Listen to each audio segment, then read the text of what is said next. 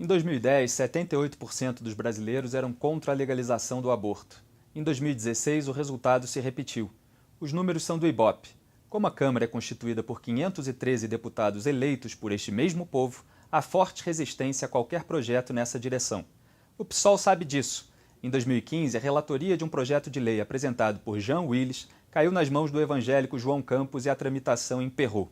Por isso, o partido recorreu no dia 6 de março ao STF para tentar descriminalizar o aborto cometido até 3 meses de gravidez. Os socialistas apostam no ativismo judicial de ministros não eleitos pelos brasileiros, mas dispostos a legislar em lugar do Congresso. Claro que o PSOL tem razões para isso. Primeira, 7 dos 11 atuais membros da Corte foram nomeados pelos governos do PT, apoiados pelo PSOL, incluindo a presidente Carmen Lúcia, indicada por Lula. Segunda, 6 dos 7 atuais ministros que participaram do julgamento sobre o aborto de fetos anencéfalos votaram a favor da legalização naquele caso, incluindo Rosa Weber, que agora é a relatora da ação do PSOL no STF. Terceiro, Michel Temer só teve o aval que buscava de Carmen Lúcia para indicar a vaga deixada por Teori Zavascki, o amigo e então ministro da Justiça Alexandre de Moraes, de cujas posições em diversos temas ela não gostava, porque estrategicamente vazou como alternativa o nome do presidente do TST, Tribunal Superior do Trabalho, Ives Gandra Filho, de perfil ainda mais conservador, logo fritado também pela imprensa.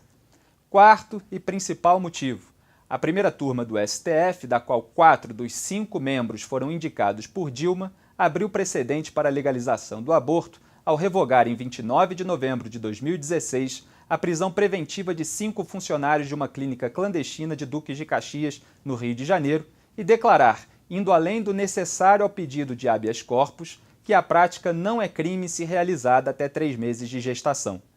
O voto vencedor foi o de Luiz Roberto Barroso, que tem mais de 3 meses de vida, claro, acompanhado por Rosa Weber e Edson Fachin, enquanto Luiz Fux e Marco Aurélio Mello, o único não indicado por Dilma, mas por Fernando Collor de Mello, seu primo, limitaram-se a concordar com a revogação, sem se manifestar sobre a descriminalização defendida pelos demais. A ação do PSOL dá agora prosseguimento ao ativismo de Barroso, buscando aplicar a outros casos a declaração adicionada àquele. Mas quem é Barroso? Antes de virar ministro do STF, Barroso foi, em 2012, o advogado da causa de liberação do aborto de fetos anencéfalos, em defesa dos interesses da Confederação Nacional dos Trabalhadores na Saúde. Dilma nomeou Barroso para a corte em 2013, sabendo disso, mesmo tendo dito a católicos e evangélicos há 4 dias das eleições de 2010 que era contra modificar a legislação. Eu não sou a favor de modificar a legislação. Em 2013, o Globo publicou uma entrevista na qual Barroso, com 3 meses de STF, confessava na prática que o caso dos anencéfalos fora apenas pretexto para a legalização irrestrita. Eu analisei minuciosamente no meu blog as posições de Barroso naquela entrevista e no recente voto pela descriminalização do aborto até 3 meses de gestação. Os truques retóricos e estatísticos são tantos para engambelar a plateia, driblar o ordenamento jurídico e usurpar o poder legislativo, lá onde cada um desses truques seriam confrontados, desmascarados em dezenas de sessões sobre o eventual projeto de lei, que eles não cabem todos nesse vídeo, de modo que destaco apenas um. Barroso afirmou que não há solução jurídica para a controvérsia sobre o status jurídico do embrião, alegando que ela dependerá sempre de uma escolha religiosa ou filosófica de cada um a respeito da vida. Na verdade, quando Barroso não concorda com a solução jurídica, diz que ela não existe. O artigo 4º da Convenção Interamericana de Direitos Humanos, o Pacto de San José da Costa Rica, do qual o Brasil é signatário, diz o seguinte: toda pessoa tem o direito de que se respeite sua vida. Esse direito deve ser protegido pela lei e, em geral, desde o momento da concepção. Ninguém pode ser privado da vida arbitrariamente. O curioso é que, em artigo de 2010, o próprio Barroso registrou por 2 vezes a força do Pacto de San José da Costa Rica, que ele agora omite. A.